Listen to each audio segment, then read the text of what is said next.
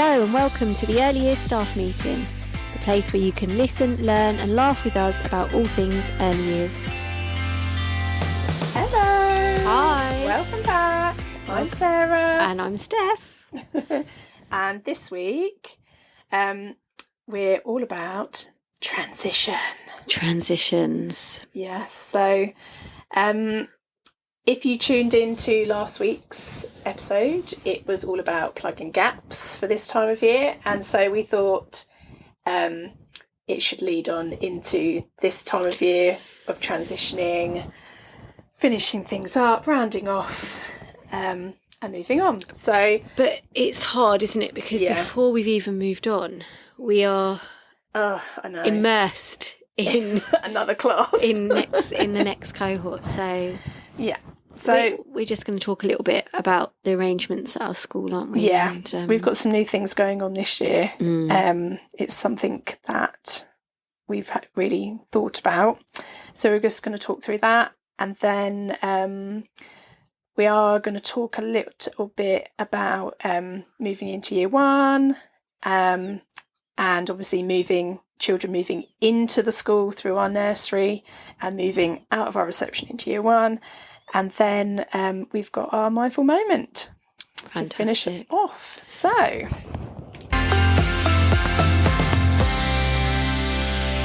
okay, I don't know about you, Steph, but are you feeling busy already? The half term hasn't even started yet because technically we are recording this on our Holly Bobs. Yeah, I cannot even explain.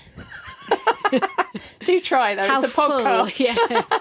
Like I keep sort of showing my husband in my phone, like, can you see all the things that are going on? And he can't comprehend it. Like, they say there's no tired like teacher tired. Yeah.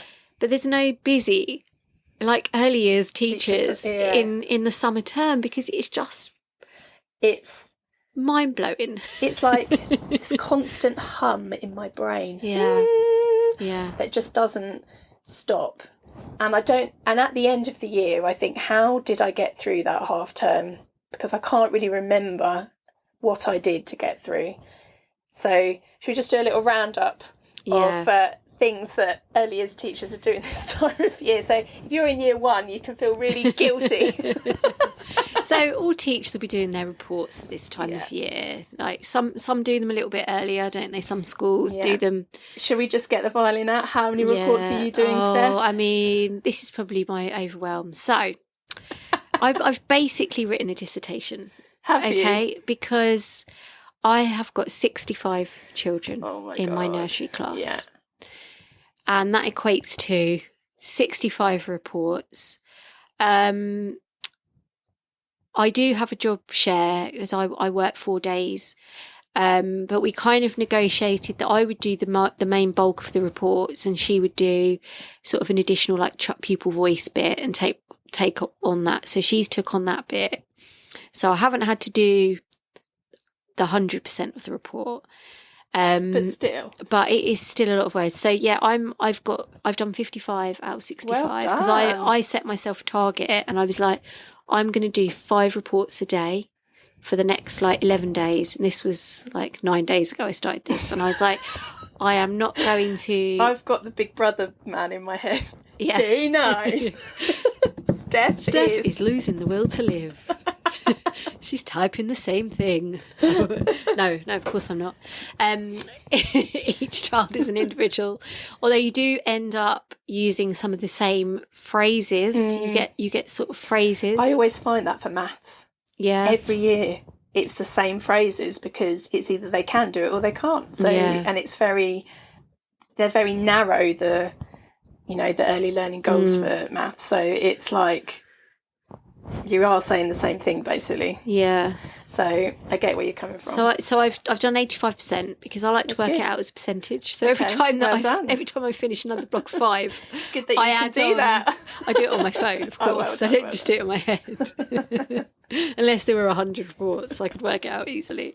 So yeah, I've done 85%. I've got another 2 days of doing 5 to go, and then I've actually got to make sure, do all the go back over it, read it again, rewrite it. Yeah. Probably like I've written it in a blur and it it sounds awful, but I don't hate writing reports. I do actually like it because I feel like I always imagine what it would be like to get that report as a parent, and you know, you want to try and give a nice positive message about the child and build up a picture of what sort of they enjoy doing. And for you, that's their first report ever. So that's the first thing that they're going to get from our school is from you. So no pressure at all. So it's all very positive and like, yes, individually love writing them. When you've got 65 to write, it just feels like an overwhelming task, but I'm nearly there, and well done. I will be dining out on that if I hear anybody moaning about it. My colleague that was in nursery last year, our colleague, she was like, if you'll get people moaning about 30 and you'll get absolutely mad at them. And she's right, you do. No, you know, it isn't, they're not as comprehensive because they are nursery, so you haven't got to sort of do a lot of the data or the tick boxing, or, you know, so it's a nice report to write. It's just having that many is challenging. So rant over, professional vent over. So that's I'm reports. on my home run. That's one. But anyway, most people have got reports, so we can't really moan about that. No, it's one of the negatives of being a teacher, in my opinion. Yeah. But so that's one. So the next thing is data. So everyone will have a data drop, whether you're in nursery or reception. It's just reception. It will be obviously rounding off the curriculum. Yeah. With the early learning goals. It's a big one. It is a big one. And that is stressful because you have to make all those judgments about whether they're if they should get that early learning goal, or they're going to manage in year one. You know, it's that quandary all the time in your brain. And that I find quite overwhelming because it's quite pressurised, because you would never want to set a child up for a fail in the next year. But you get the outside pressures of course last you do. year we got this % and this year we did. It's not going to be hard to beat last year. But I mean, it was one hell of a year group last year. It was it's an interesting year. It was an interesting one, but you know, obviously we can't go into that. But so our data was lower than it is usually. As I say, it's not going to be difficult this year. But you know, there's still pressures. You still have targets to meet. So that's you know, the part that is very stressful. Then there's transition. Yeah. I mean, there's lots of layers to transition that causes a lot of stresses. There's children coming in to you. Yeah. There's children leaving us.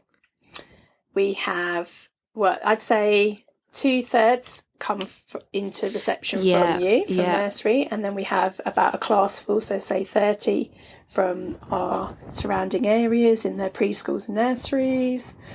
Or maybe not. Or maybe not. No setting. Which we're finding more and more. Especially after COVID, I think that's probably increased, hasn't it? I agree.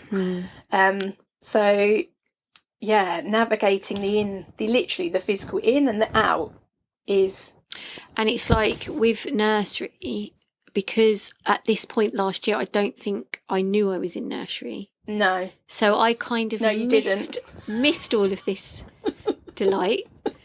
And so this year, I've, you know, been fully immersed in being the one sort of to sort it out.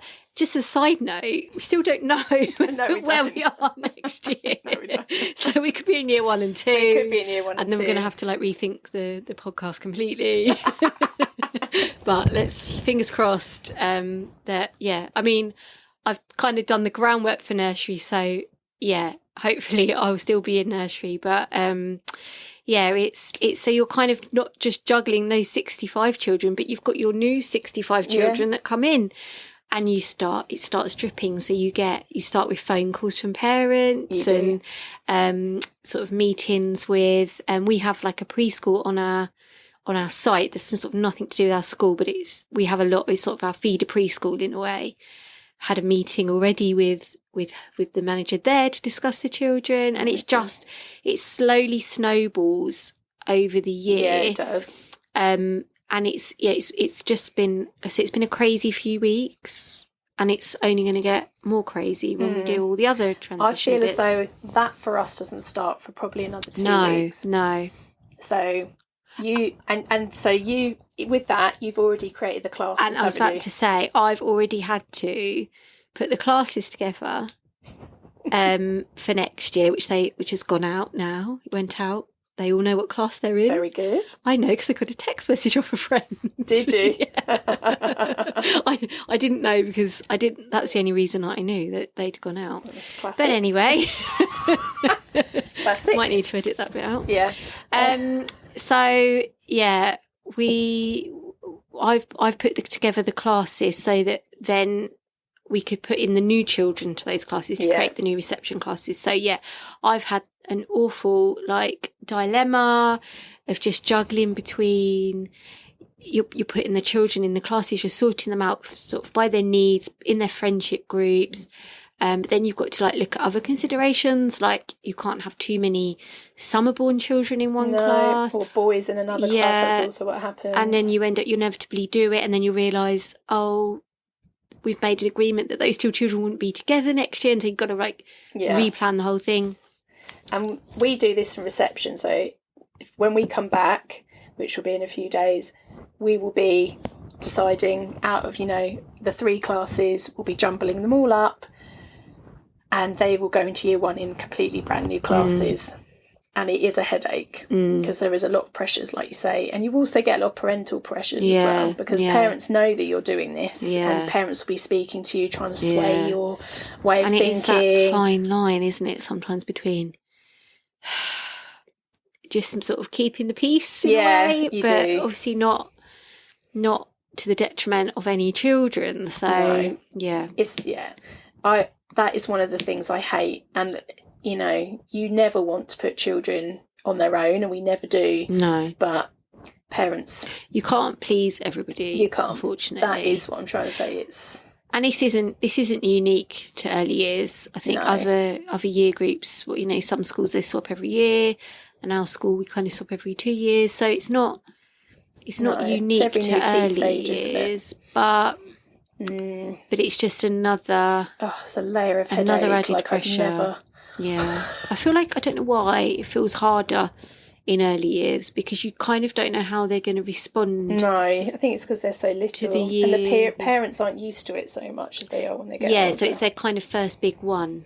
So they come up from nursery into their classes, and I'm like, it's only for a year, so if you don't like the class, there's hope that they'll get swapped around. But I guess for some of those parents it would be their first sort of change, and I get it. It's hard.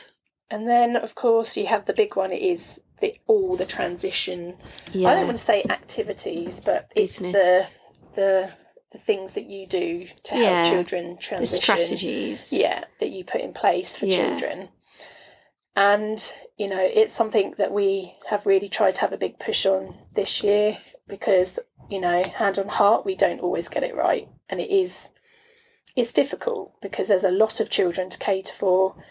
And sometimes we don't know who the staff are going to be. Sometimes there are staff changes. There are things in the school that are out of our control that make things really difficult to do transition. And I'm sure it's the same in every school. But should we just talk about some of the things that that is new for us this year? Yeah, so this year we are going, for children coming into nursery and for children coming into reception, are having a staggered start, a slow staggered start. So this is new. Usually it would be just like, bang, you're in. You're in all day, every day, you're straight in. Done. And in some ways that can have its advantages. Yeah. Because you kind of, you're in it from day one, and you kind of know what you're doing. I would say what you're dealing with. I would say that's probably beneficial to parents. Yeah. I'd say that is probably the only thing I'd say it is beneficial to parents. Yeah. Because I can tell you. And it's helpful for childcare. It is. Yeah. But I would. Which as working parents, we appreciate. We do, yeah. Yeah. But I can tell you when you're on the other side of that, it's not good. I mean, just to say, on my first day in nursery this year, I don't know if I've told this story on the podcast, but I managed to get a child changed into the wrong child's clothes because I saw they'd had an accident, took them into the toilet, got them changed, what I thought was their bag of clothes, and then realised that this child wasn't even in nursery. She was a reception child that didn't realise that the free flow didn't stretch to all of the nursery. So because you don't know all the children. No. So I've just grabbed this poor random girl, got her changed into somebody else's clothes, and then had to have an awkward conversation with a parent, just explain why. And that is why transition is so vital, because it is basically about building relationships. Yeah. And we've talked about, it's probably one of our mantras, building relationships is the keystone of early years, basically. So we're not staggering it by very much. We're sort of offering children sort of half days to begin with, and less children. So that allows us to then have less children in the classroom at once, so we can establish those relationships and those routines. Well, that's our hope anyway. Yeah. So, and also children who find it trickier coming in, they will have more of an adult's attention and care to, manage and make them feel, more welcome and more settled than, like you said, it is manic. Children crying and you don't know who to go first. It's Sophie's choice, which one's crying louder. Yeah. Sometimes it's not always like that, but and it's difficult. And things like lunch times we're not having lunch for that. We're not in nursery. No, we're in reception. No, I don't think the first week we come back we're not having lunch. But so it's like they'll either do a morning week or an afternoon, and they won't have lunch, because that's another really overwhelming experience, especially for reception children going into the big hall. Yeah, with the bigger children. Yeah, and our hall is big. Yeah, so it's just sort of taken some of the anxiety out. Yeah. For the children, just for a few days. I think there's a little bit of pushback from parents, especially from the children that have attended the nursery and are already attending the nursery full time. Yeah. So they're almost a little bit like, why do they need to then do a half day? But you've got to look at sort of the bigger picture of it's a new routine. It's very different in reception to nursery in some ways, so it's about getting training the children up with those new routines to make things easier for the children, developing their independent skills so that they are more likely to be able to know where to go to get their clothes if they have an accident and things like that, because you're able to spend that bit more time showing those things. So we all have it in the first couple of weeks where children go under the radar and they'll come home and they've had an accident and they haven't told you, and it's gone unnoticed. And they haven't said, or they didn't know where their water bottle is, so they haven't had a drink for a long time, and all those sort of teething problems come out. And actually, also, it will give us a little bit more time with the parents those first few days, won't it? Because we'll be able to. There'll be less children, so we'll be able to have a bit more of a handover, and of course. And that is important. Yeah. Parents need to trust you because you've got you've got their whole world. You have got their whole world. So and you always have that one parent that, I'm sure you can probably think there's always one parent that you struggle initially to make that bond with, and it takes extra long than everyone else. And it is about trust, isn't it? Am I ever going to get there? And one day it does. And sometimes you don't, to be fair. But again, you can't please everybody. You can't please everybody, but no, it's building relationships with the parents as much as with the children, and it is about that trust, because if the parent has trust in you, they're more likely to understand when things, if things don't go quite to plan, or if the child's upset about something, they'll kind of understand where you're coming from. And also parents will speak positively about you to the child, and that reassures them because their parents have said that you're okay. Yeah. But so it's that whole process, isn't it? And it is, I know it's annoying for parents, and I get it, because we do work. Yeah, and we'd be if that was me, I'd be like, oh, what am I going to do? Because I would have, I don't know what I would do. I'd have to patch together some childcare, because, I don't have sort of family so much that could help me out there. And I'm a teacher, so I can't take my time off. No. I mean, my husband probably would have had to have taken a few days off or something. So we know it's not easy for people in practical terms, but we're just hoping that it will set the year off with a bit more calm. Yeah. Bring in a bit and more. And we'll get to know the children quicker, which then means that all their needs are being met quicker. So. And just, but we will report back on the success. We will. Could be. And we are always chaos. love to know what you guys do, because we'll be reviewing what we did. And if there is anyone got any better ways of doing it, please. Yeah. I feel like we've rushed it a little bit, because we've kind of been quite keen to get them in full time. So we haven't taken much time. No. But something that we're doing in nursery is we're taking a little bit longer with home visits, which is meaning that I still do the same amount, I think.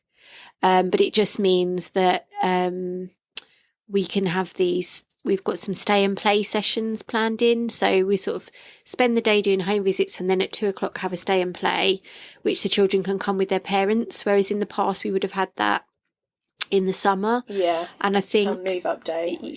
Which we would have had it on move up day, which is another stress. Which is another transition thing, which we will come to in a minute. But nursery haven't been able to do move up day in that way. So we've kind of extended it. So whereas last year we did the home visits in 3.5 days, and it was mad. Yeah. And then it was straight into nursery Monday morning.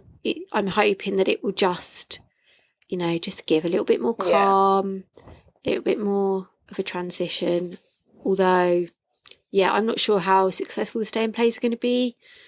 But then not everybody would come on a move up day anyway, because it just depends on what they're working and stuff like that. But it's just getting them into the setting, isn't it? It's so that children, when their parents talk to them about, you're going to school, they have a memory attached to that word school, isn't it? And I think what will also help is that normally what happens is over the summer you'll change the provision anyway, you'll change it all around.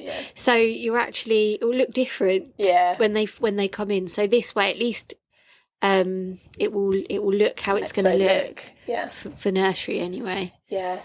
I always find that, and for teachers that are taking over a class, they don't know where anything is on transition day, and they're like, we don't know. Yeah. But so move up day, transition day, shuffle up day, whatever you want to call it. Yeah. That's something that is, I don't know if it's like the be all and end all to transition. I think as children get older it is. But for us in early years, it's more refined than just one day. It's something that happens for weeks in a lead up, isn't it? So when we come back after half term, it will be that the nursery children can go into the into reception classes. Some of them have already been coming in. Because they'll know what class. Some of them just love to pop in anyway. They do. And but they'll know what classroom they're going to be in, even if they don't know what teacher they've got yet. So they're able to go in and sort of, I'll be able to support the children that I know are going to struggle a little bit more with that, and can actually go in with a TA and target them to go in and spend some time or with me or whatever. And I guess that means we let the receptions come into Cherry as well, do we? Into the nursery. Yeah, I think so. I mean, I'd like to. Some of them are desperate to get into your... I mean, why not? Let's just make it one if all of yours are in ours, you've got nothing to do. Exactly. Let's open it up. Let's make it one big melting pot of children. Yeah. So the transition, the move up day, rather than having all the children... it's going to be split in half again. It's going to be half and half, a session morning or afternoon, and again transition day is balmy. You've got children left, right and centre. You have, and we have to put name badges on them, because our lunchtime staff don't know who they are. Our TAs don't know who they are. You don't know who they are. We don't know who they are. I certainly didn't, did I? So it's very, I just think it's a crazy thing to do for young children personally, but it's something that's ingrained in our education system, especially, in our area where we're from. So it's not something I can change. But we have made adjustments for it, so that is promising. Yeah. But I also think it's just talking to the children about it, and it's that fateful thing. As soon as you mention the dreadful, well, when you go into year one, suddenly their behaviour changes. Yeah. So I try and hold off of saying that as much as possible. Yeah. But it's sort of drip feeding that they're going to be moving on. It's that balance of preparing them, but not unsettling them. Preparing, not scaring. Yeah. It's the motto. It's another mantra for the book. But once we know the staff, then, you know, the year one staff, they do come in, they read stories, they come and play. Yeah. And we do have photos up of them as well, so they know who they are. They get used to saying their names, because can sometimes be a challenge for some children, is they get confused about adults' names, and that then creates a bit of an issue for them. So, yeah, it's just... And then for children that, you know, are either particularly anxious or maybe have additional needs, we'd have things like they might have some extra time with, for example, the new class TA, or they might take them and go and like play a game with them or something like that. Sometimes they just literally have more visits, like 5 minutes visits into that environment, into the year one environment. And we do plan that in, don't we? Yeah. Like, you know, when the class are out at PE, we're like, right, okay, we can pop into because there's no one there, this and it's class really quiet, and have a look. Yeah. And it's usually the toilets that they get the most hang-ups about. So usually we spend a lot of time in toilets. Well, I mean, literally, that's what we do anyway in early years. Yeah. The blue gloves on, exactly. and nappy bags, off you go. But it's hand dryers and things like that they get really hung up on about in transition. But yeah, I think, as we said, it's just drip feeding. It's not about, what I personally believe, it's not about pulling children out to do a booklet, to write about themselves, or to draw a picture, or to... That's not going to help anybody No. get to know the child. No.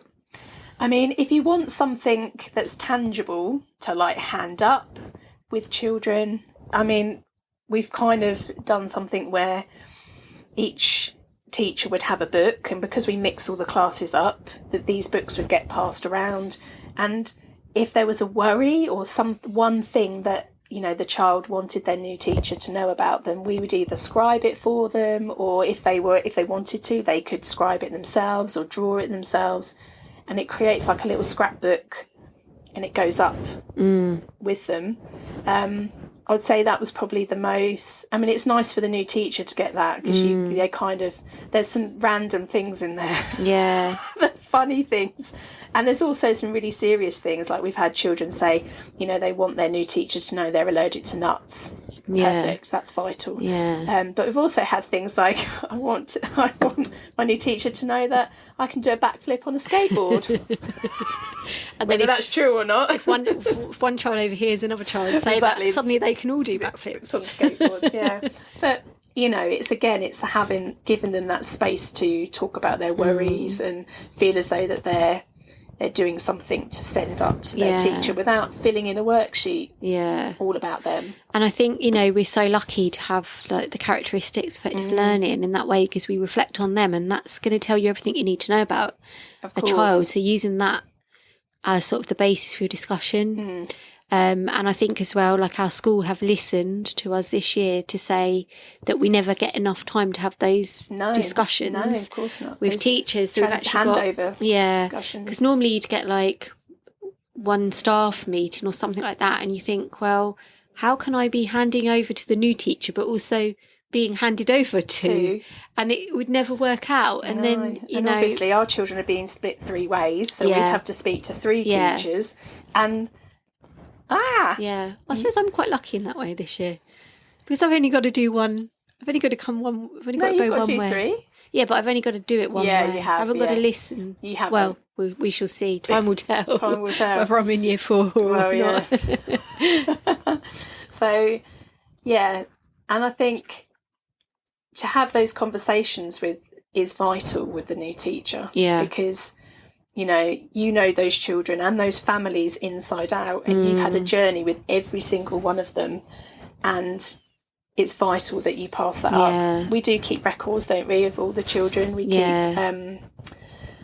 obviously digital, but we do like some writing, don't we? We write little what am I thinking of? The green books.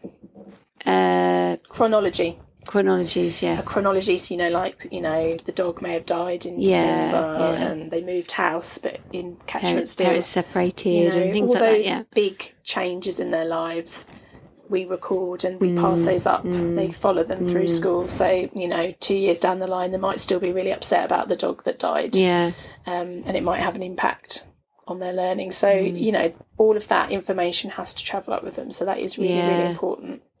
And I think it's like having processes. That's why I think, and we're trying to promote sort of the characteristics being taught throughout the school, because if you've kind of got that understanding of, or this is what kind of learner they are, like they're really creative, or they're really like explorative, or they don't have much resilience. So when you put a piece of paper in front of them, they're going to struggle with that because they don't have the resilience yet. It was kind of what we were talking about in the last podcast. But they're really focused, on their own task, but they're not so focused, on adult given tasks. So maybe, we'll tailor our provision to suit in a dream world. But it is sad that, that it doesn't follow up. It doesn't follow international curriculum. I also think it's the same with the Leuven scales as well. So for those of you that don't know what the Leuven scales are, they're about measuring wellbeing and engagement. We won't go into it because it's quite a big thing, but it's something that you can gauge, as I say, children's wellbeing, how fit and happy they are to learn, and their engagement, how they access in the resources. How involved they become, and if, does their play transform? So, that is something that doesn't move up as well, which is a real shame. I think it did, and it's just fallen by the wayside a bit. So there's only so many balls you can juggle, isn't there? But I thought you were going to say something else then. But there's sometimes this culture of being school ready or being year one ready. And as you can imagine, here at the early staff meeting, we're not fans of that approach. We think it's hooey, basically. We don't...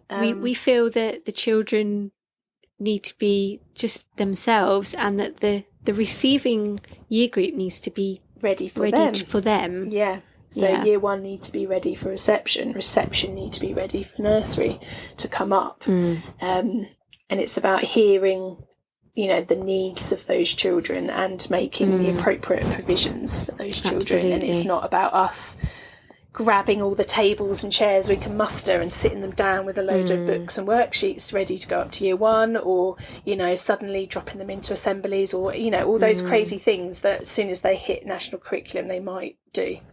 Because I think you've got to remember they're tired, they're emotional, they're anxious, they're worried, and the last thing that what they need to be doing is playing and being engaged. The last thing they're they only need to be 6 weeks doing. older when they hit in September. They're going to forget it all. They are. They're going to regress just a smidge.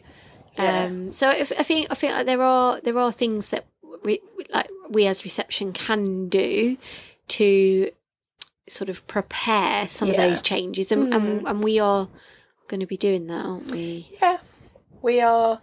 So in our year one, they do. They have like challenges in the afternoon, and they would do those in sort of a play-ish way. Yeah, playful way. Playful approach. But I wouldn't say that, as soon as we go back on Monday that I'm going to start adopting the same just to get them ready for year one. But I think, it will be a change to what they're used to. Yeah. So I will be, doing... at the end of my carpet time, I might say, look, these are the 4 challenges this week. If you want to have a go at doing A, B, C, D, then fantastic. Come and show an adult. Maybe put a lolly stick in, I don't know, in a jar or something like they do to mimic. Yeah, just getting them used to the idea that they might have to do some more adult guided things. Yeah. It's just, and it's about the vocabulary, isn't it? The word challenge. It's not something that I would use every day, because I believe that children are self-challenging themselves. So I don't need to give a challenge, but I'm treading rocky ground here. But I just, but yeah, I can't change that. That is out of my control. But I do have to make it, as best fit for the children as possible. So it's about, I would say, the vocabulary and the language, and giving them the idea that things are going to change, because I can't, and I won't magic it to be into year one. And we physically could not do that, because we physically do not have enough tables or chairs to sit 14 them all down. years ago, we got rid of them tables and chairs and worksheets, and they're gone now. So we will do our best. Okay. We're just checking our notes. Have we covered everything? I feel like we probably have covered everything. But... So, please, I know there will be a lot of pressure this half term, and, I'm not going to lie, I might have a little cry at some point.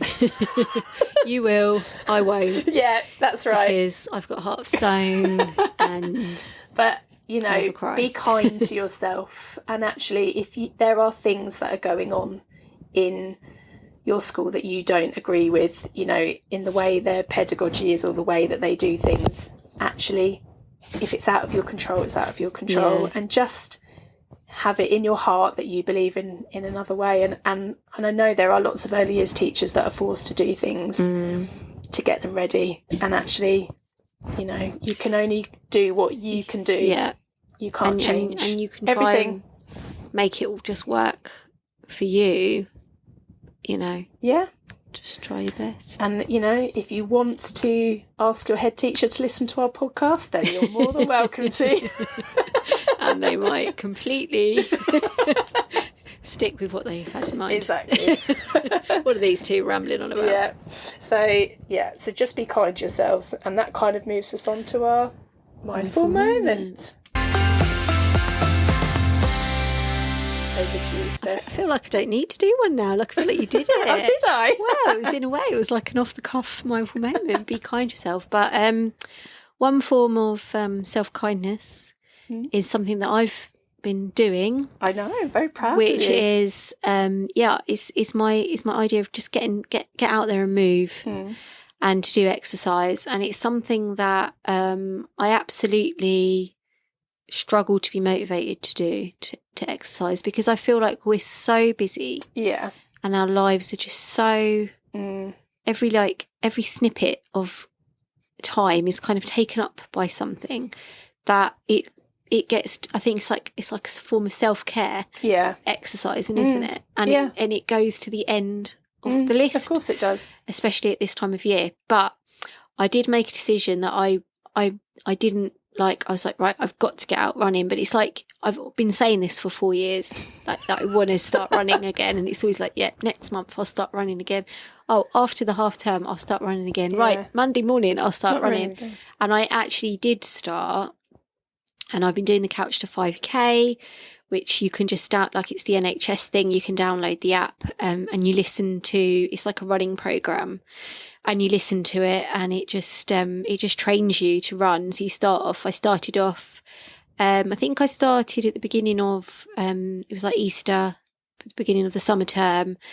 And you just start from like running for 1 minute, walking for one, and you feel like, oh, I don't know how I can, like do any more than that, and now I can run for 5 minutes without stopping. God. But I haven't like stuck to the plan. Like I haven't done any running this week, which has been really bad, but that's because of the 65 reports. So it's got pushed out, but I will, now that I've made it like public to the world, I'm going to have to carry on. So yeah, it's really good for my mental health to just get out and run. And you feel so strong. You feel like you've achieved something amazing, and you just, it's horrible to like get out there and do it. And I actually find that when I used to run about 10 years ago, that's before you had like your devices, proper headphones and stuff, and phones that didn't play, podcast stuff. So this time when I started out, I started listening to podcasts, and I found it really hard. Oh, really? Because I found it really hard to concentrate on the podcast and run. And like thinking about the running. It's like the running overtook it, and and then I tried like listening to audiobooks, and I found the same thing. So the last couple of weeks I've just been going out with my own thoughts and just not listening to anything, and that's quite therapeutic, because I think you can run through, you can work through things when you're running, especially when you're on the break between the running and the walking. So I'm on that program now, and I'm determined to complete it, although I don't know if I'll manage to complete it in the 9 weeks. I think I'm already on like 7 and I'm only halfway through, but by the end you should be able to run for half an hour. The fact that you've done it and it took you years to do that is an achievement in itself. So even though I haven't done it this week, I think it hasn't put me off. Like, I'm just going to get back on it, and I might go back a couple of lessons and just to build up my confidence.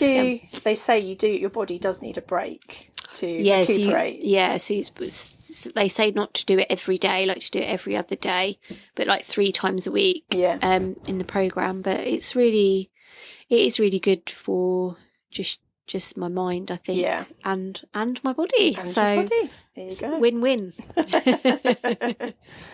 So, I mean, I know the weather has taken a huge, as we speak, it's dark and grim outside, so, but it's motivating yourself. And if you can get yourself out into this weather, that's like half the battle, I always think. So I think everyone should just give it a go. I've been saying I want to go back to, I don't run, because if anyone's ever seen me run, it's bad. But I'm sure it's like Forrest Gump. I'm sure it's not. I mean, Forrest Gump at the beginning when he's still got his calipers on, not at the end. Not when he's got his beard. Not when he's got his beard. But it is bad. But I also have the asthma issues as well. But I used to absolutely love clubbercise. Oh, okay. So where you would basically do it in the docks. Because you're a bit of a raver, aren't you? Rocker raver. A bit rocker raver, I like loud, fast, bassy music, whatever that is. But I always keep saying, after I had 2 babies very close together, and I always said, right, once they're, they fledged a little bit and they're not so babies, I'll get back on and do clubbercise. But it just hasn't materialised, because again, it's having that time, isn't it? You could do clubbercise in the cabin. I could do clubbercise in the cabin. It is hard to motivate yourself, and I feel like when you are a teacher, because you're not just switching off from work. No. You physically don't have the mental capacity to do it. No. And I think on, those days that are very, challenging at work, and we've all had them, I literally just want to sit in silence sometimes and just not think about anything. Yeah. And it's difficult to motivate yourself. It is hard, but you're a little bit younger than me as well, so only by like 2 years. Yeah, but you've got that on your side, like. So like some of our colleagues, there's like 15 years. Yeah, some of our colleagues are mere whippersnappers in their 20s. So. You know who you are. We love you, but man, they're not going to be listening to the podcast. No, they've got much better. They're things going out. Do. Out. Yeah, they've still got that time to go out. Okay, so we're going to be out in nature, and we're going to be running. Yeah, or moving. We are. Me moving, you running.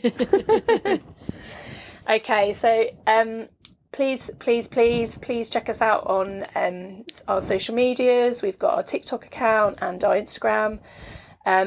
Search for the Early Years Staff Meeting. We have fallen off the bandwagon a bit. We haven't been posting as much, but we're still here. Yeah, and we're very close to getting. We've got over 800 followers on TikTok now, so we're getting close to our few more memes to go viral, and so we'll be there. Yeah, so we're trying to get to our 1,000 goal. So if you're listening and you haven't, followed us on TikTok, please do and get us to 1,000. So that's our little goal. We're 80% of the way. Did you see what I did there? With your percentages, An easy one. But thank you to all those followers that we currently do have, and thank you to everyone who's ever commented or liked. it just makes us feel seen, heard, that should we people say? do listen. So yeah, we appreciate it. And, you know, thank you to everyone who has followed us and our podcast. It does mean the world to us. So yeah, thank you. And if you haven't, press it now. Okay, we'll see you next time. Well, I think next time we might be doing a bit more about, is it Reggio? Oh yes, Reggio Emilia. Yeah, because that was one of our the other choices, wasn't it? Yes. So yeah, we'll be doing more theory next time. So A bit more serious. A bit more serious, but yeah, join us for that. We look forward to it. Okay, see you next time. Bye. Bye.